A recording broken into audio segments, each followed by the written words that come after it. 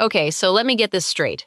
America is dealing with economic problems, rising bond yields, wars, and political chaos, and the White House decided the solution was to bring Melania Trump back for a Grand Prix. Seriously, you couldn't write this stuff. Melania, who had been largely out of the public spotlight for weeks, suddenly appeared alongside Donald Trump to promote a racing event in Washington, D.C., and apparently, this is what American soft power looks like now.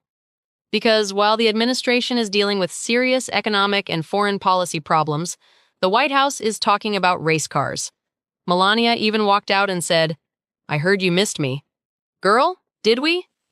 And of course, the internet immediately connected her appearance to the ongoing controversy surrounding Natalie Harp and the rumors about her unusually close relationship with Trump. Those claims remain allegations, but they've become another major distraction surrounding the White House. Then things got even more bizarre. The Department of Education posted an image portraying Trump as Mario from Mario Kart, with a character in the background that some people claimed looked like Jeffrey Epstein. At this point, I'm not even sure we're watching American politics anymore. We're watching a reality show. Meanwhile, the actual economy isn't looking nearly as entertaining. Treasury yields are rising, fuel prices are climbing, and critics are warning about serious economic problems. But at the White House, Grand Prix. And then Monica Crowley came out to explain that this event represents America's soft power. Soft power? So we're dealing with wars and international tensions, and we're supposed to believe that race cars driving around Washington are America's big diplomatic strategy? Okay, but here's where things get even more serious. The administration is also making major changes inside the U.S. military. The Army has moved away from certain drone programs associated with former Army Chief of Staff Randy George. And now CNN has reported another controversial possibility. The Navy has discussed potentially renaming a carrier originally intended to honor Doris Miller, the black sailor who became a hero during Pearl Harbor, with Trump's name. Think about that. A ship meant to honor an American war hero could potentially become another piece of presidential branding. And while all of this is happening, Trump is talking about flagpoles. Great poll. I'm very good at flagpoles. Sir, there are wars happening. There are bond markets. There are military problems. And we're talking about flagpoles. That's the bizarre part of this entire story. The White House wants Americans to see strength and control. But what we're seeing is a constant stream of distractions. Grand Prix races, flagpoles, personal controversies, political feuds, and endless questions about who's actually advising the president. So the next time someone tells you everything is completely under control, remember, war, economy, military shakeups, and somehow, Grand Prix. America first? First in what? Because right now, Washington looks less like the world's most powerful government and more like the world's strangest group chat. Trump's White House rushes out Melania while a bigger scandal explodes. There are so many things going on in the White House, but instead of, instead of him focusing on how how he can stop the war in Iran, how they can open Strait of Hormuz, is there focusing on his love affair. Watch this. You know things are getting really bad at the White House when they have to fly in Melania Trump. Melania Trump, who has not been seen for over a month, showed up at the White House today to talk about the Grand Prix race that'll be taking place in Washington, D.C. It was very bizarre to see her with Donald Trump, of course, with all of the rumors about Natalie Harp, Donald Trump's Natalie, who Donald Trump hid in the catering container with. I'll show you as Donald Trump clings to Melania Trump as she makes her first appearance since Senator John Ossoff mentioned Natalie Harp, as the folks at Call to Activism puts it. And she goes, "I hear you miss me." Just watch her walk out first, and then I'll show you that she and Donald Trump didn't even want to be near each other. But first, let's play this clip.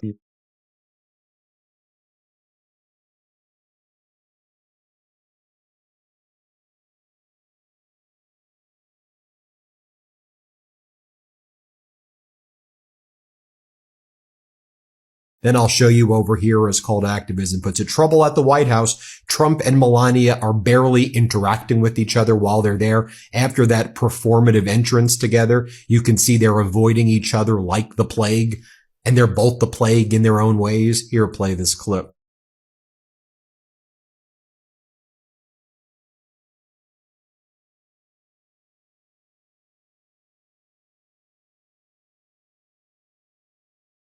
Melania then goes out to give her speech, and she goes, "Good afternoon. Everybody miss me?" No, we didn't really miss you. Here, play this clip. Good afternoon. I heard you missed me. Here I am. Welcome to the White House. So while that was going on, the U.S. Department of Education posted this weird Grand Prix image of Donald Trump being Super Mario and doing Mario Kart. And it appears that he's Mario Karting with Jeffrey Epstein in the background. At least that looks like Jeffrey Epstein. I don't know who the hell that's supposed to be.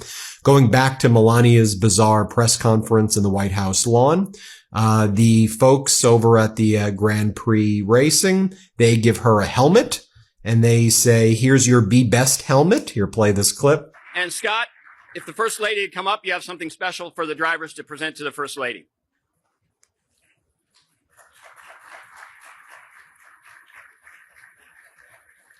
Then Melania says, and finally, look at this incredible race car, how gorgeous and powerful it is. Here, play this clip. Repentant.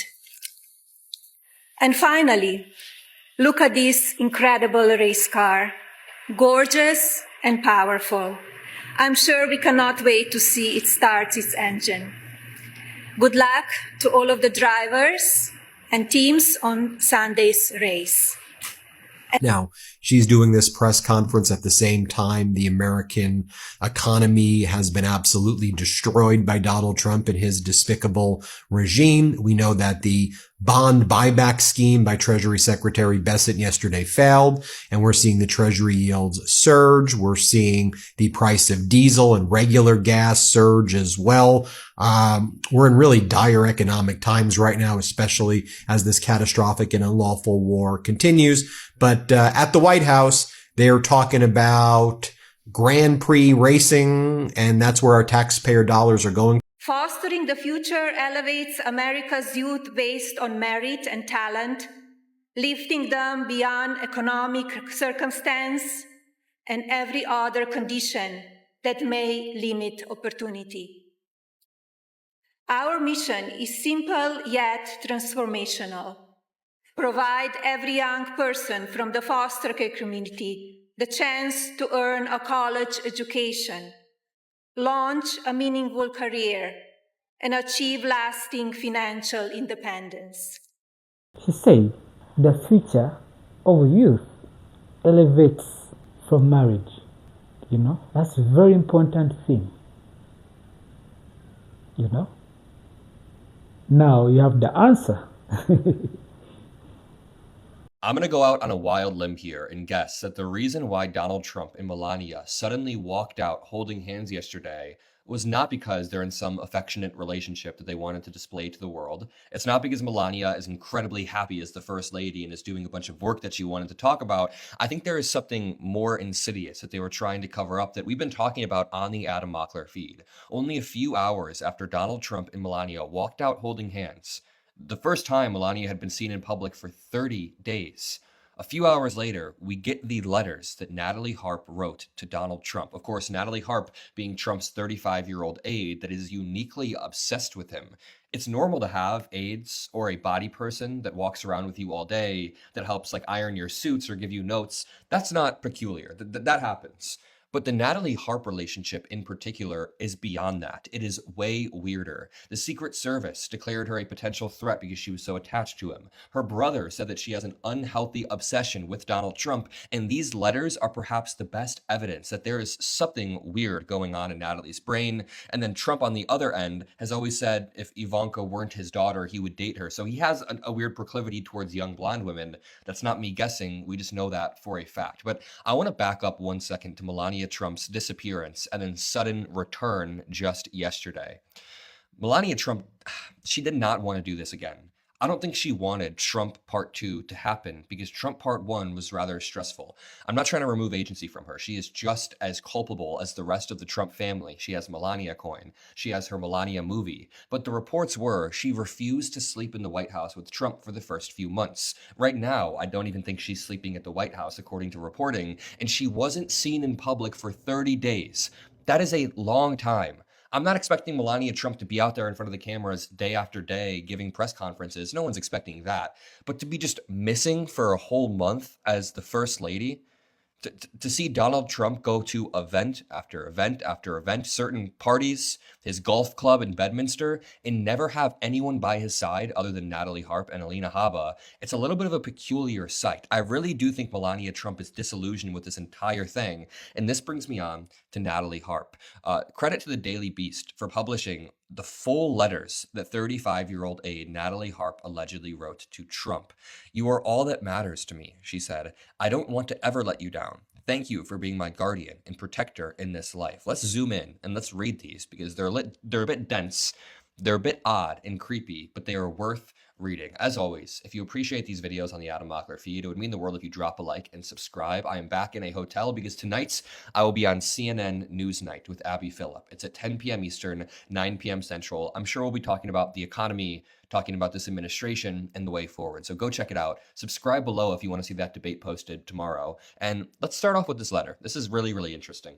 Again, I want to point out that we've been very nuanced on the Adam Mockler feed about that. I'm not out here trying to push conspiracies about Trump like sleeping with an aide. I don't think that's exactly appropriate. You guys can come to your own conclusions on that regard, but I think it is absolutely fair to point out that Trump is surrounding himself with brain-broken sycophants who are obsessed with him and will allow his worst impulses. On top of that, as friend of the show David Pakman pointed out in one of his episodes, there is this weird relationship going on where Natalie Harp tragically lost her father a few years back. It was genuinely very sad. And she's been talking about how she's trying to fill that gap that her father brought in her life. Of course, she needs a father figure. Trump has talked for years and years about how if Ivanka weren't his daughter, he would be dating her. And it seems like they're both getting some gap filled that they needed in their life. This is one of Natalie Harp's weirdest letters. It says, "Dear Mr. President." Watch this. Too many people from foster care community end up homeless, in danger on America's streets. It was 2021 when I developed the idea to establish an impactful platform with an important mission to provide individuals from the foster care community the ability to secure an entry-level job position and, in turn, financial independence. Fostering the Future, a Be Best initiative, provides individuals from the foster care community with technology-based scholarships to attend colleges and universities. Melania's back. Are we some really big updates? Melania is back. She is back. I don't know what happened. Could it be all this talk about Natalie Harp made Melania want to get back into the spotlight, but she is back and she made a little bit of a threat. Just a little bit of a threat. Now, this has been the longest stretch ever that Melania has been gone, and she's now back for a press conference. It says here that, compare that to Natalie, where I've had another report where she's been seen 18 days in the past 30 with Trump. So it was 1 month since she'd been missing, and then she randomly appeared today. What someone said was holding a vice-like grip of Donald Trump's hand. Ooh, imagine having to hold that hand. By the way, this is what it looks like. It's just, I'm never going to get over it. Never going to get over it. Ladies and gentlemen, the President of the United States, Donald J. Trump, and First Lady Melania Trump.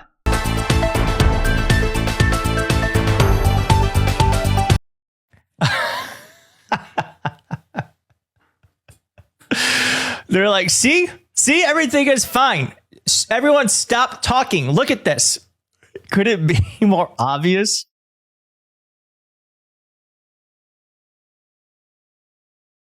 I don't think I've ever seen them hold hands like that before. Am I wrong? I don't think I've ever seen. I feel like I watch these people for a living.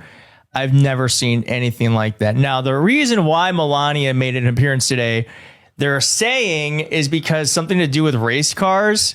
I really feel like they invented some random way to get Melania Trump out in front of the White House holding Donald Trump's hands. Here's what they're saying is the reason why she came out. And then I got her threat coming up.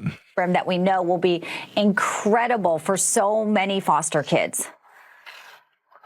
This very innovative collaboration is the brainchild of First Lady Melania Trump. As you know, she's constantly breaking new ground. We've seen that with the reunifications. We've seen that with Fostering the Future in multiple ways, including the Fostering the Future accounts. Yeah. And they call him the executive exclusive senior advisor to First Lady Melania Trump. Everyone in this administration. So insane. Now, Melania Trump, as I said, did show up, and here's what she had to say. Good afternoon. I heard you missed me. Here I am. Welcome to...